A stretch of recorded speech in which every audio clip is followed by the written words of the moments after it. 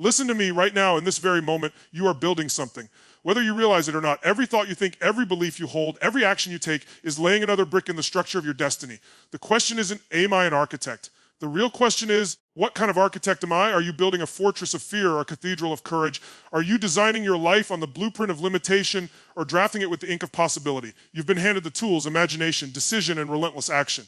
But most people let those tools rust in the box of comfort. Today is the day to rip open that box, to tear down the old blueprint, to demolish every belief that told you you're not enough, and to start constructing a masterpiece, your ultimate life. Because the truth is simple. You are both the architect and the masterpiece in progress. Now, let's build something extraordinary. Every single one of us is living inside a blueprint, a mental design drafted long before we ever chose it. It's the invisible architecture of our lives, built from the bricks of other people's opinions, our past experiences, and the limitations we've unconsciously accepted as truth. You didn't choose that blueprint. It was given to you by society, by your parents, by every rejection, every comparison, every you can't. And for most people, that's the design they keep rebuilding year after year, wondering why the structure never changes. But here's the truth: if the life you're living doesn't feel like your masterpiece, it's because you're still living inside someone else's design. You see, men and women are taught to build from entirely different emotional materials. Men are often told to construct their identity on strength, achievement, and control, to never let the cracks show. They grow up believing that to rebuild means to admit weakness, and so they live in outdated structures that no longer serve them, just patching the walls and pretending the roof doesn't leak. Women, on the other hand, are often conditioned to design around approval, to make sure their architecture pleases others before it fulfills them. They internalize the weight of perfection, constantly redecorating the surface while ignoring the foundation beneath. Both end up trapped in the same blueprint, one built not for freedom, but for survival. It's time to demolish it. You cannot renovate a lie. You have to tear it down. You have to be willing to face the noise, the dust, and the discomfort of dismantling your old identity. This is the part most people run from because destruction feels like loss. But destruction is creation in disguise. The moment you break down the walls that confine you, you uncover the raw ground where something real can rise. That's where power lives, not in holding the structure together, but in having the courage to start over and design something true. Men need to understand that strength isn't in holding it all together. It's in the courage to break what's no longer aligned. It's in the honesty to say, this version of me isn't who I'm meant to be anymore. Women need to realize that beauty isn't found in being the perfect builder for others. It's in daring to construct a life that reflects your vision, not the expectations painted over you. The world doesn't need more perfect facades. It needs authentic architects. People who aren't afraid to sketch outside the lines and build what's never been seen before. When you tear down the old blueprint, you reclaim authorship of your design. You stop inheriting patterns and start engineering purpose. The voices of doubt fade, the false walls fall, and suddenly you can see the vast open space where possibility lives. It's not destruction, it's liberation, because only when you destroy what limits you can you finally create what defines you.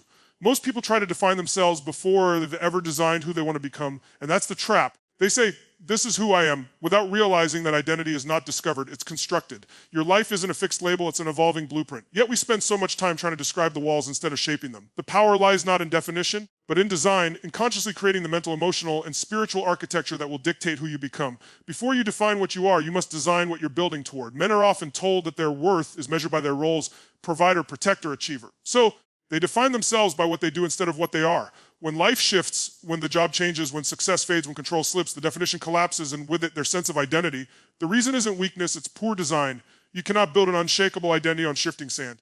The design has to come from vision, not validation, from purpose, not performance. It's not about asking, what do I do? It's about asking, who am I designing myself to become regardless of circumstance? That question changes everything because it forces the mind to operate like an architect, not a tenant. Women, on the other hand, are often conditioned to define themselves by how well they fit into the expectations drawn by others. The mother, the partner, the supporter, the nurturer, the one who holds everything together. It's a silent, heavy architecture built on emotional labor. They build beautiful spaces for everyone else while leaving their own rooms empty.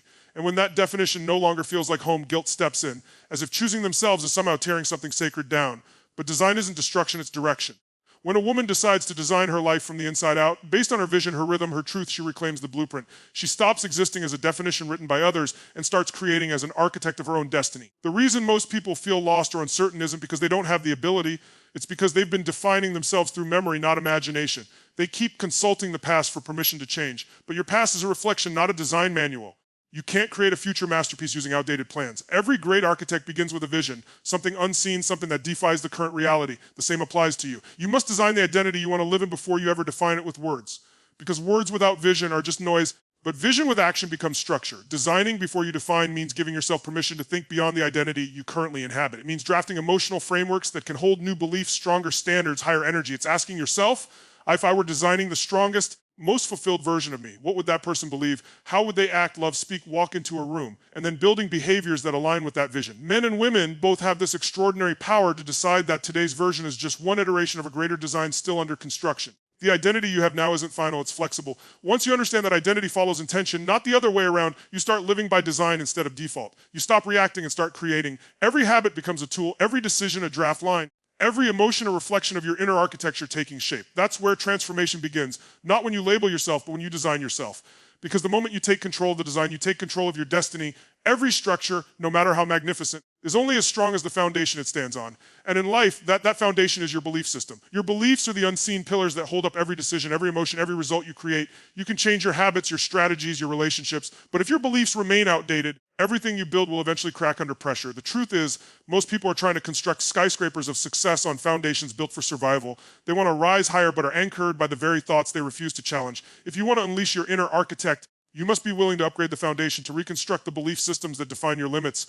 Beliefs are not facts, they are emotional decisions we accepted as truths. And once accepted, they become the rules of your inner architecture. Men often carry beliefs that they must be unbreakable. That emotion equals weakness, that vulnerability will cause collapse. So they build walls instead of bridges, fortresses instead of homes. They bury pain under achievement and confuse endurance with strength. The problem with that design is that walls not only keep out the pain, they keep out connection, joy, and growth. True power doesn't come from building higher walls. It comes from reinforcing the ground with authenticity, courage, and openness. When a man upgrades his foundation by allowing new beliefs, I can be powerful and still feel deeply. I can lead without controlling. I can rebuild without shame. He stops living in defense and starts creating from truth. Women, on the other hand, often inherit a different set of beliefs that they must constantly prove their worth, earn their love, or meet impossible standards to feel secure. They internalize comparison as a compass, measuring their design against someone else's blueprint, the result. They build lives that look perfect on the outside, but feel hollow inside. The foundation isn't weak because of who they are, it's weak because it was never built for who they could become. The moment a woman challenges the belief that she must be everything for everyone, she begins reinforcing her foundation with self-worth, boundaries, and purpose. The moment she believes that her voice, her choices, her power matter, the entire structure of her life shifts. A new level of stability emerges, not from pleasing the world, but from standing firmly in her truth. Every belief you hold either supports your growth or suffocates it. The beliefs that limit you were designed to protect you once, but they now imprison you. I'm not good enough. It's too late. People like me don't succeed. These are not truths. They're outdated building codes. The mind loves familiarity, even when it's toxic, because it feels safe. But safety and strength are not the same thing. Upgrading your foundation means challenging every belief that keeps you small, rewriting the subconscious scripts that whisper, stay where you are. Because what you believe shapes what you expect, and what you expect shapes what you create. Upgrading beliefs is not an act of motivation, it's an act of identity reconstruction. It means digging deep beneath the surface of your current life and asking, what belief is this built on? Every emotion, every pattern, every limitation traces back to a belief. And once you expose it, you have the power to replace it. You don't need to destroy yourself to evolve. You just need to reinforce your foundation with beliefs that match your potential. The architect within you already knows how to build higher, but it needs solid ground to rise. When the foundation becomes unshackable, the rest of your life can finally reach its full height. Most people are waiting for someone to hand them a building permit for their dreams. They hesitate, they overthink, and they look for approval before they start constructing the life they truly want. But greatness doesn't wait for permission. It's built through purpose. Purpose is the power source behind every enduring structure. It's what turns effort into impact, struggle into strategy, and chaos into creation. The ones who build extraordinary lives aren't the ones who were allowed to, they're the ones who decided to. Because when you build with purpose, you no longer ask, can I? You declare, I will. Men are often conditioned to believe their worth comes from validation, from being recognized, respected, and rewarded. They chase approval in the form of achievement, money, or control. But permission-based living is a silent prison. It keeps men trapped in patterns of performance, constantly trying to meet an invisible standard set by someone else. They wait to feel ready, to be qualified, to be told they've earned it. The problem is that permission never comes. The world doesn't hand out validation slips for authenticity. A man's transformation begins when he stops chasing significance and starts creating it. When he builds with purpose, his drive stops being about proving something and starts being about expressing something. That's when his work, his relationships, and his life begin to align with meaning rather than maintenance. Women, too, have been taught to seek permission, not through dominance, but through acceptance. They've been told to ask, to wait, to fit the mold before daring to design their own. The approval of others becomes the gatekeeper to their potential. But purpose doesn't bloom in the shadow of permission. Purpose demands risk, self-trust, and ownership. It asks women to build not from compliance, but from conviction. To stop apologizing for wanting more. Stop waiting to be chosen and start choosing themselves. Because when a woman builds with purpose, her energy changes. She stops managing expectations and starts creating standards. She stops existing for validation and starts living for vision. That shift, that inner recalibration, is the moment she takes back the blueprint of her life. Building with purpose means redefining what success looks like for you. It's no longer about following a path that was pre-drawn. It's about designing your own terrain. Purpose-driven people don't measure their progress by how fast they move, but by how aligned they are. Every decision becomes intentional. Every challenge becomes part of the architecture. When you stop building for permission, you start building with precision, because now your structure has a soul. The walls you raise aren't meant to impress others. They're meant to express who you are. Both men and women share one fundamental truth. The moment you stop asking the world for permission, you begin accessing your own power. Permission-based builders play small because they fear rejection. Purpose-based builders play big because they've already accepted themselves. Purpose eliminates hesitation because it gives meaning to the unknown. When you know why you're building, you stop needing others to agree with how. Purpose is not about being fearless. It's about being clear. It's the clarity that cuts through doubt, the conviction that outlasts fear, and the energy that fuels action even when no one's watching. The difference between a dream and a destiny lies in whether you're waiting or building. Permission asks, am I allowed to? Purpose declares, I was born to. Every brick you lay from this point forward must come from intention, not insecurity. Because once you commit to building with purpose, the world no longer dictates your design. You do. Momentum is the heartbeat of transformation. It's the invisible force that takes a single decision and turns it into unstoppable progress. You can have the most brilliant blueprint in the world, but if you don't move, it remains nothing more than potential. Action is the bridge between design and reality, and momentum is what keeps you crossing that bridge when resistance tries to pull you back. The truth is, life rewards those who move, not those who hesitate, analyze, or wait for the perfect condition. Perfection is a myth built by procrastination. Progress is the only real perfection, and it's engineered through massive, deliberate action. Men often fall into the trap of strategic paralysis. They want everything calculated, controlled, and certain before they begin. They overthink instead of outwork. They confuse preparation with progress. The masculine mind is trained to see risk as danger, and so it builds plans that feel safe but never get executed. But nothing changes until movement begins. A man becomes powerful the moment he shifts from intention to ignition, when he stops waiting for confidence and starts creating it through consistent action. Confidence doesn't precede momentum. Momentum builds confidence. Every decision followed by immediate movement rewires his psychology, strengthening his identity as a creator rather than a contemplator. Action is not the result of motivation, it's the source of it. Women, on the other hand, often battle a different kind of resistance, the emotional weight of perfection and the fear of judgment. They hesitate not because they don't know what to do, but because they've been taught a question if they're enough to do it.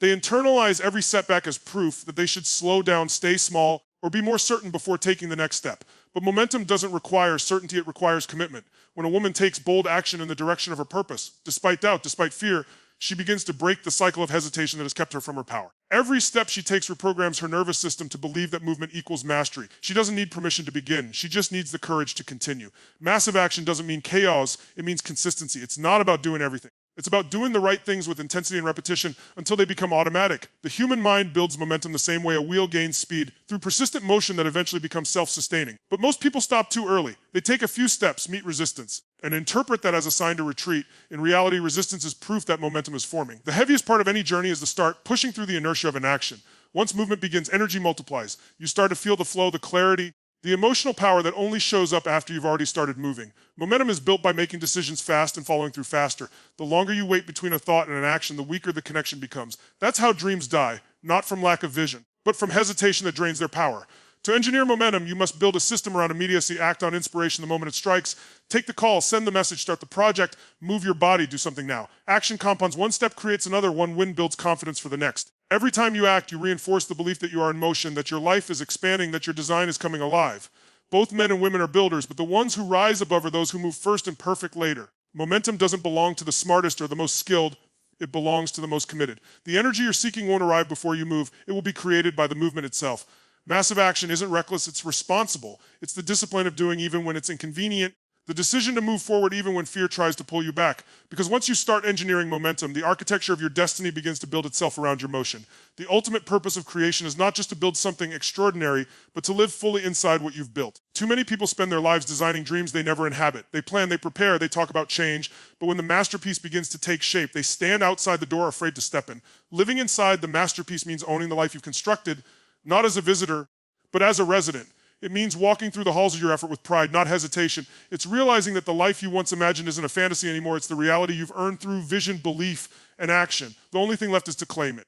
Men often build their lives as if they're constructing monuments instead of homes. They focus on the external success, the career, the recognition, the financial freedom, and they end up creating something impressive but emotionally uninhabited.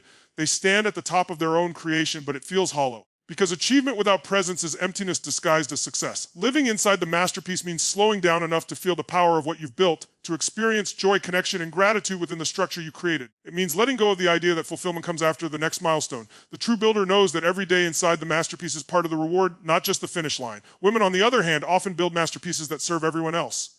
They design beautiful worlds, careers, relationships, families, but leave little space for themselves inside them. They nurture everyone else's dreams and forget to inhabit their own. Living inside the masterpiece means giving yourself permission to exist at the center of what you've created.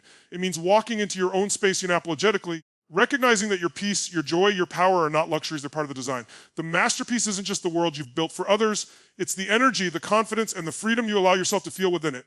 When a woman decides to live fully inside her creation, her presence transforms everything around her. To live inside your masterpiece, you must first trust that you deserve it. The human mind has a strange habit. It adjusts faster to struggle than to success. When things begin to improve, when abundance arrives, many people feel uncomfortable, like they don't belong in the life they built. That discomfort is the residue of old blueprints. You've been conditioned to believe that peace must be earned, that joy must be justified. But the masterpiece isn't complete until you learn to relax into it. To fully inhabit what you've built is to accept that growth and grace can coexist, that you can strive for more while still loving where you are. Living inside the masterpiece also means maintaining it. Creation doesn't end once the walls are up. That's where stewardship begins. You must protect your energy, reinforce your boundaries, and upgrade your standards to match the new design. The same habits that helped you build may not be the ones that help you thrive. Men must learn to sustain what they built by staying emotionally connected to it. Women must learn to sustain what they've built by refusing to shrink to fit inside it. Living inside your masterpiece is a daily act of alignment, showing up in your own life with the same intentionality you used to build it in the first place. Every moment you spend fully engaged, grateful, and aware inside what you've created strengthens the architecture of your life. You stop chasing the next version and start living this one. The air feels different when you know the walls around you were designed by your own courage, your own choices, your own relentless action. This is the reward for tearing down old blueprints, for designing before defining, for upgrading beliefs, building with purpose, and engineering momentum, the ability to finally stand in the center of your own creation and live like you belong there.